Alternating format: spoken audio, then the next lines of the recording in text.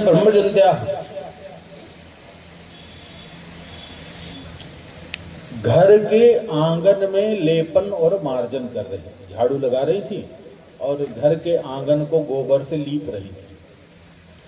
बांसुरी बजा दी भगवान ने। आधा ही आंगन अभी लेपन कर पाई थी कि बांसुरी कान में पड़ गई। फिर क्या था? अधूरा काम छोड़ा और भागी। दशा इतनी अद्भुत, इतनी विचित्र दशा कि हाथ में लगा हुआ गोबर भी धोई नहीं, ऐसे ही चली। सोचिए कि उसमें क्या कोई श्रृंगार की या कोई और विकार की भावना रही होगी। और कोई विकार भावना होती तो बढ़िया हाथ पैर धोती, सुंदर श्रृंगार करती, तब जाती। पर वो तो इतनी बेसुध थी कि हाथ में जो गोबर लगा है उसको भी धोने की सुध नहीं है, ऐसे ही दौड़ गई वो। भक्ति का इतना बड़ा प्रवाह रहा।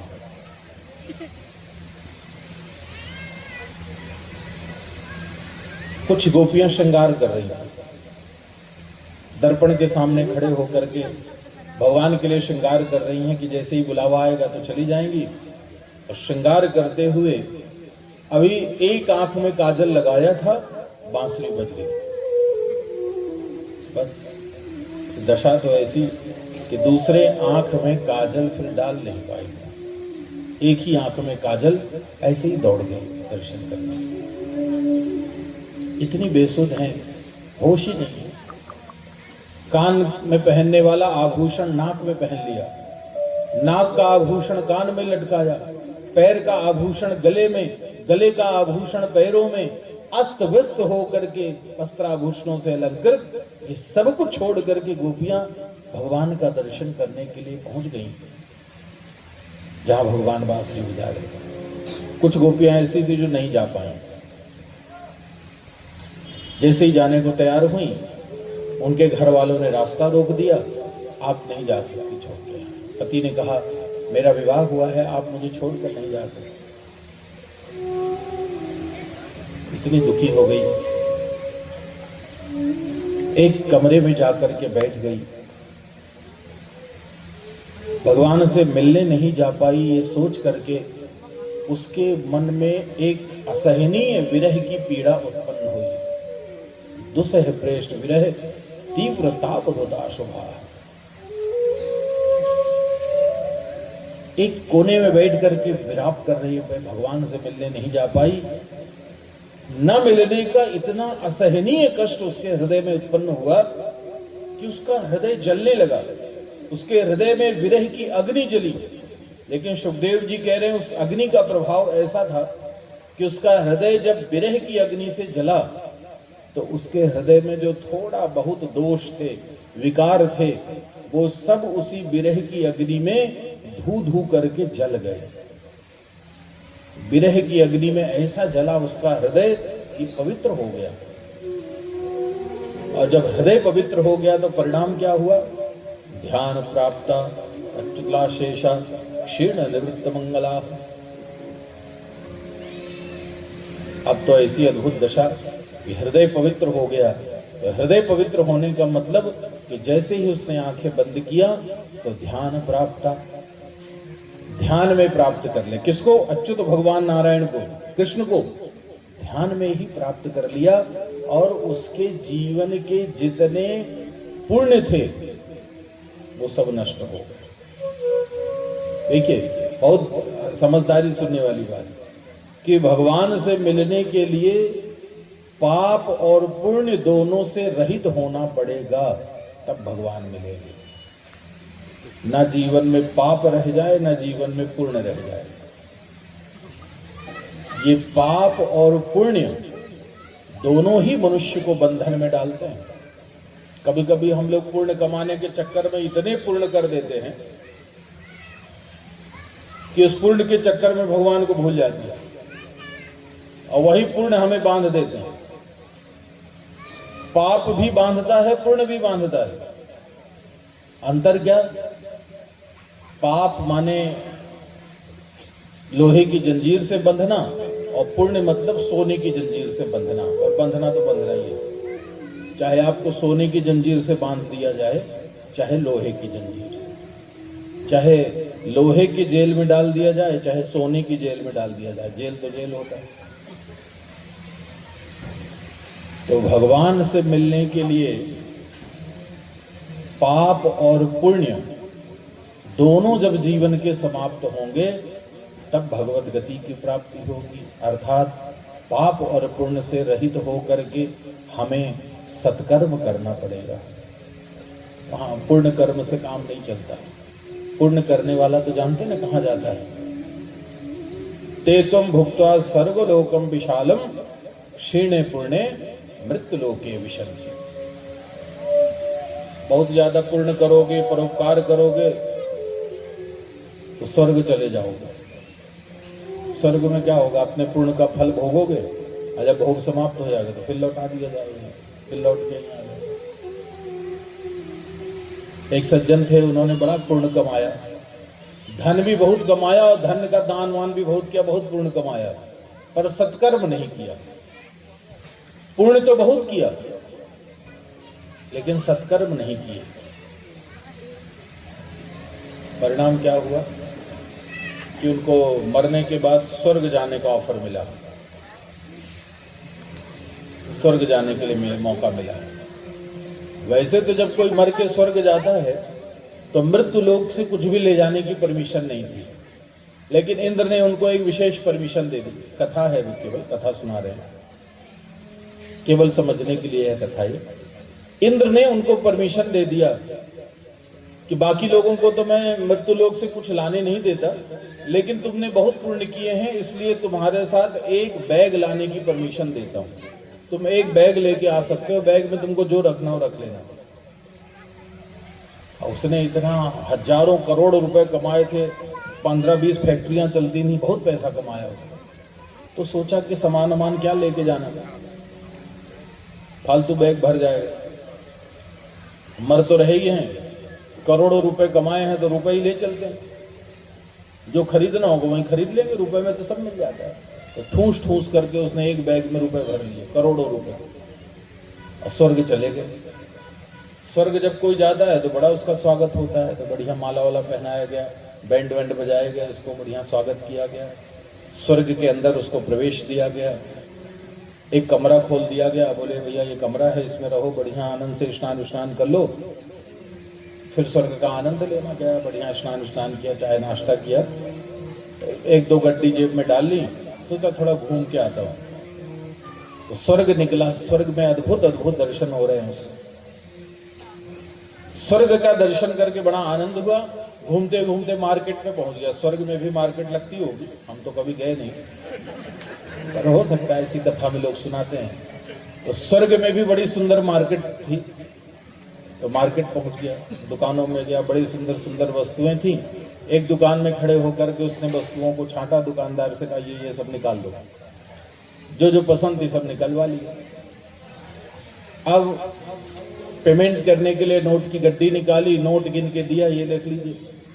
दुकानदार ने कहा ये तो यहाँ नहीं चलता, ये नोट यहाँ नहीं चलते। उसने कहा कैसी बात करते, 20,000 करोड़ रुपए कमा करके रख गया हूं धरती पे, उसमें से कुछ ही करोड़ ले आया हूं, और तुम कहते हो चलेंगे नहीं है। दुकानदार ने पूछा कहां से आए हो, कौन से लोक से आए हो?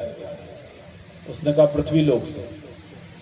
अच्छा, तो पृथ्वी लोक में कौन से देश से आए हो? उसने कहा भारतवर्ष, भारत से आए। अच्छा, ये बताओ कि भारत का सबसे पड़ोसी देश कौन सा है? उसने कहा नेपाल। तो ये जो नोट तुम स्वर्ग लेके आए हो, ये नोट यदि नेपाल लेके जाओगे तो क्या वहां चलते हैं? उसने कहा नहीं चलते। तो कितने मूर्ख हो कि जब पड़ोसी देश में ये नोट नहीं चलते तो ये तो तुम्हारा लोक बदल गया है, देश नहीं लोक बदल गया है। तो यहां भला ये नोट कैसे चलेंगे? यहां ये सब कमाई नहीं चलती। तुमने गलती कर दी कि इसी वस्तु को कमाने में लगे रह गए।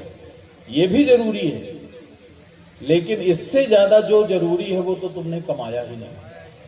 तुमने केवल धन कमाया और पुण्य कमाया, पर तुमने सत्कर्म नहीं कमाया। अब तुम्हारा स्वर्ग का समय पूरा हो गया। जितने पुण्य किए थे उस पुण्य का फल था कि तुमको 1 घंटा स्वर्ग मिलेगा। 1 घंटा पूरा हो गया, अब फिर से मृत्यु लोक में जाओ। लेकिन इस बार नोट कमाने के चक्कर में मत रहना। जितनी जरूरत हो उतना कमाना, बाकी समय सत्कर्म में लगाना, भगवान के भजन में लगाना, और उसके बाद तुम ये स्वर्ग और नरक से मुक्त हो जाओगे। तो भैया बहुत ज्यादा स्वर्ग और नरक का पूर्ण पाप कमाने में न लगे रहिए। समय निकाल करके सत्कर्म करिए, ये काम में आएगा। धर्मानुगो गच्छति जीवेका, धर्म कमाइए, सत्कर्म कमाइए, भगवान का भजन कमाइए, क्योंकि ये संसार का अकाट्य सिद्धांत है कि संसार में संसार सागर से जाना है। तो गोस्वामी जी कहते हैं कि भजन के बिना इस संसार सागर से कोई पार नहीं हो सकता।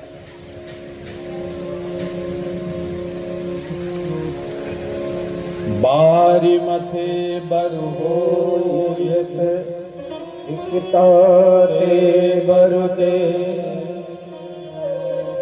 हरि भजन भव धरी, यह सिद्धांत अखे।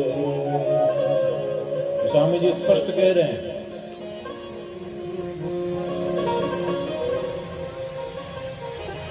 कि हो सकता है घी कैसे निकलता है जानते हैं? माखन से घी निकलता है। गोस्वामी जी कह रहे हैं हो सकता है पानी से घी निकल आए। पानी को बढ़िया मटकी में लेकर खूब मथिएगा, एक दिन 2-4-5 घंटा मथिए, शायद उससे घी निकल आए। असंभव हो सकता है, लेकिन बिनु हरि भजन न भव तरीय, यह सिद्धांत अपेल, ये अकाट्य सिद्धांत है कि बिना भगवान का भजन किए कोई इस संसार सागर से पार नहीं हो सकता। पाप और पुण्य से मुक्त होना पड़ेगा, दोनों बंधनों से विमुक्ति चाहिए। गोपियों ने भगवान का ऐसा चिंतन किया, विरह की अग्नि में पाप जल गए और भगवान का ध्यान करते करते सारे पुण्य जल गए, पुण्य समाप्त हो गए, पाप और पुण्य से मुक्ति हो गई, तुरंत भगवान के दर्शन को प्राप्त किया। अच्छा, अब जो गोपियां थी जिन्होंने भगवान की बांसुरी सुनी और सुन करके जो भगवान का दर्शन करने पहुंची, अब उनकी स्थिति का वर्णन कर रहे हैं। पहुंच गई गोपियां जहां भगवान बांसुरी बजा रहे थे, खड़े होकर के बांसुरी सुन रही हैं, भगवान का दर्शन कर रही थी। आहट सुनी, आंखें खोली, भगवान ने गोपियों को देखा, तो अब गोपियों से भगवान बड़ी सुंदर बातें कर रहे हैं। स्वागतम वो महाभागा,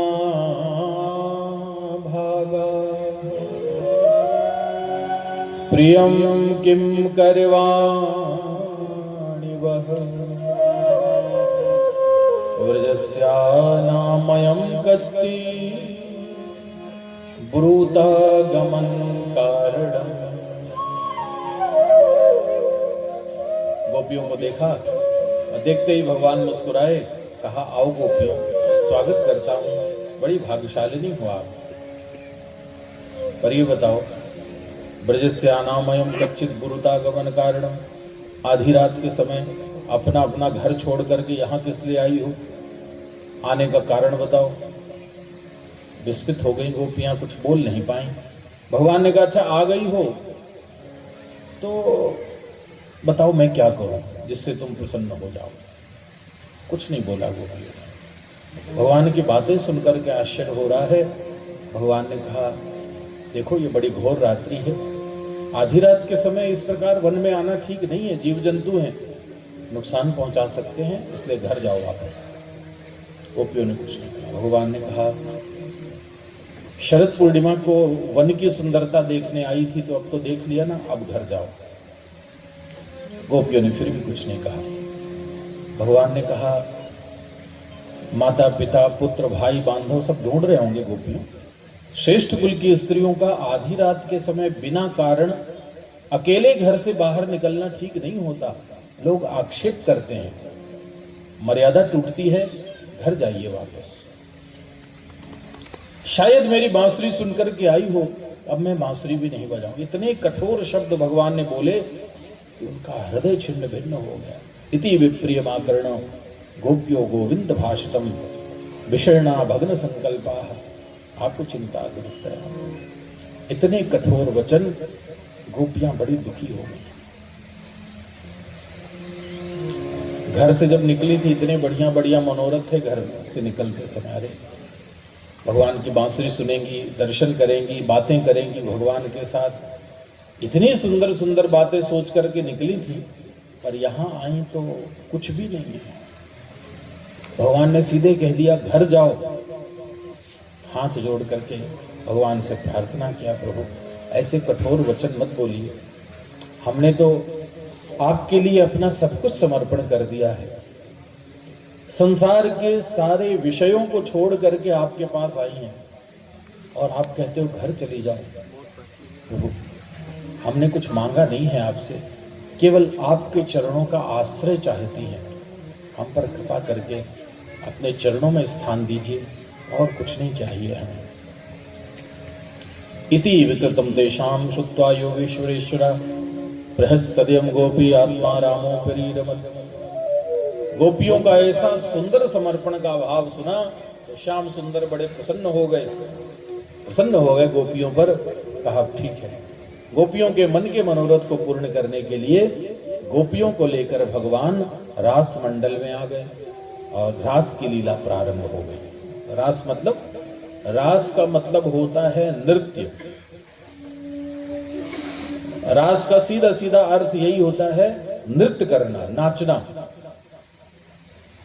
तो गोपियों के साथ भगवान का रास मंडल में रास प्रारंभ हुआ, नाचने लगे।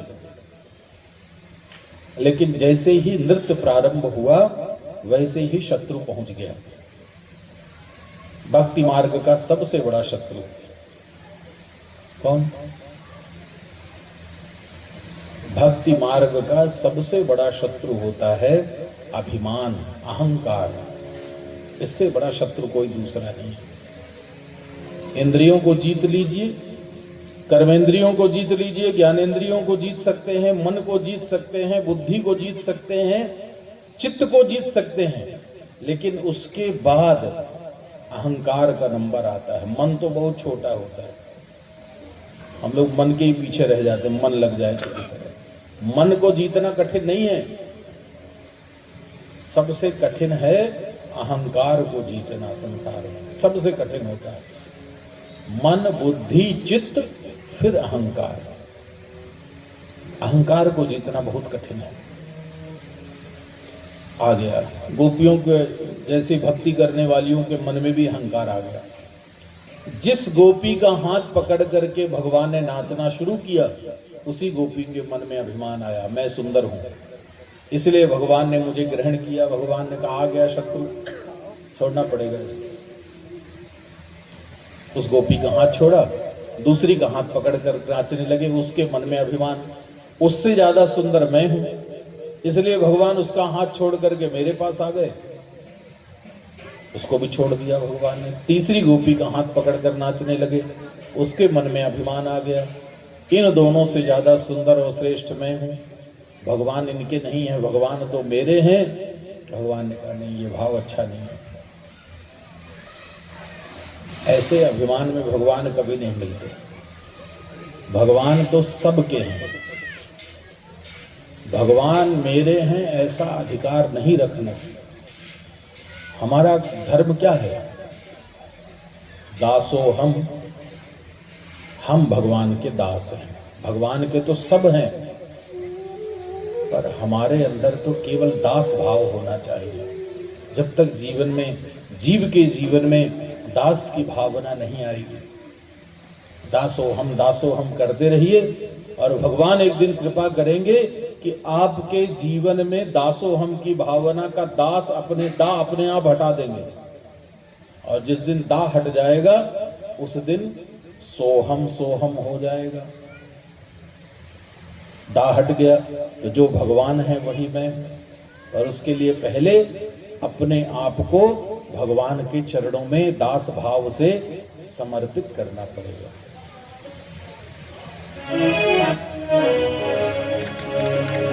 मुझे दास बना कर रख लेना, मुझे दास बना कर रख लेना, भगवान तो अपने चरणों, मुझे दास बना कर रख लेना, भगवान तो अपने चरणों, मुझे दास बना कर रख लेना, भगवान तो अपने चरणों।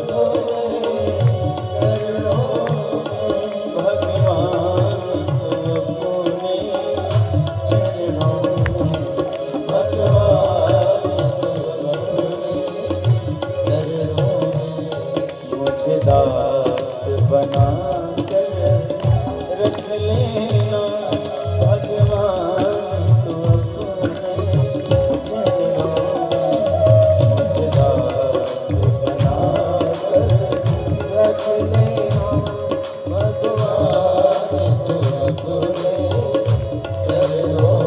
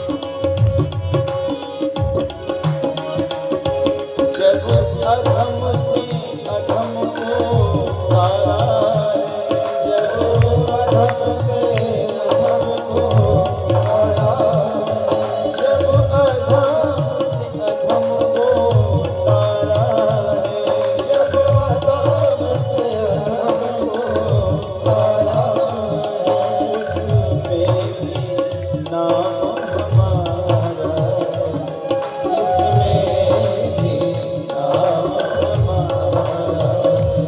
और मुझे हार समझ कर रख लेना, मुझे हार समझ कर रख लेना। भगवान तू अपने चरणों में, मुझे हार समझ कर रख लेना। भगवान तू अपने चरणों में।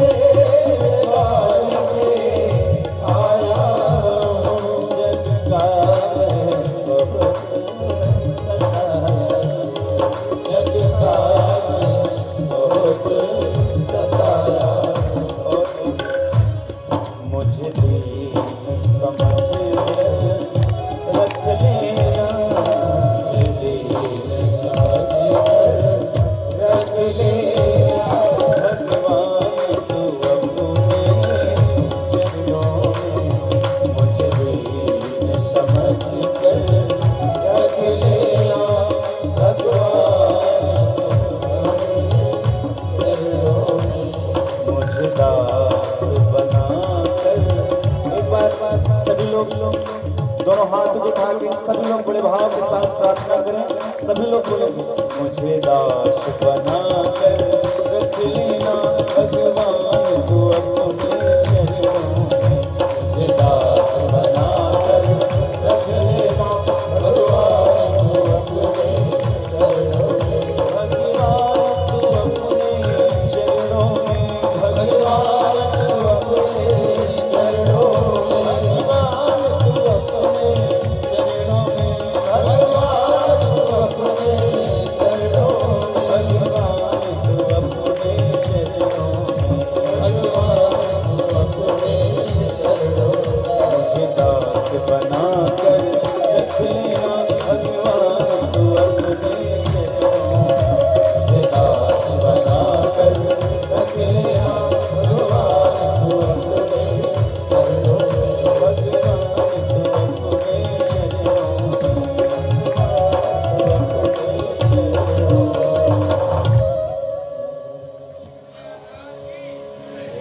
दास भाव दासोहम कौशलेंद्रस्य राघवेणा अभिपालिता। हनुमान जी कह रहे हैं मैं तो भगवान का दास हूँ।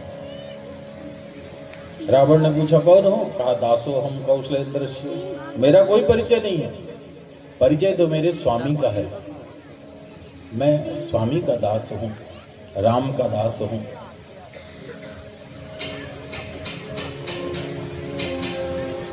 दासोहम की भावना जीवन में आए तो भगवान कृपा करते हैं, कुछ समय बाद दा अपने आप हट जाता है, फिर तो जीव स्वयं सोहम हो जाता है, भगवान का रूप हो जाता है। गोपियों के मन में एक एक करके मान का संचार किया, भगवान ने लीला की। तासाम तत्सौमगवदम भीष्मानं च केशव प्रश्माय प्रमादाय तत्रैवान्तर्वधीयत।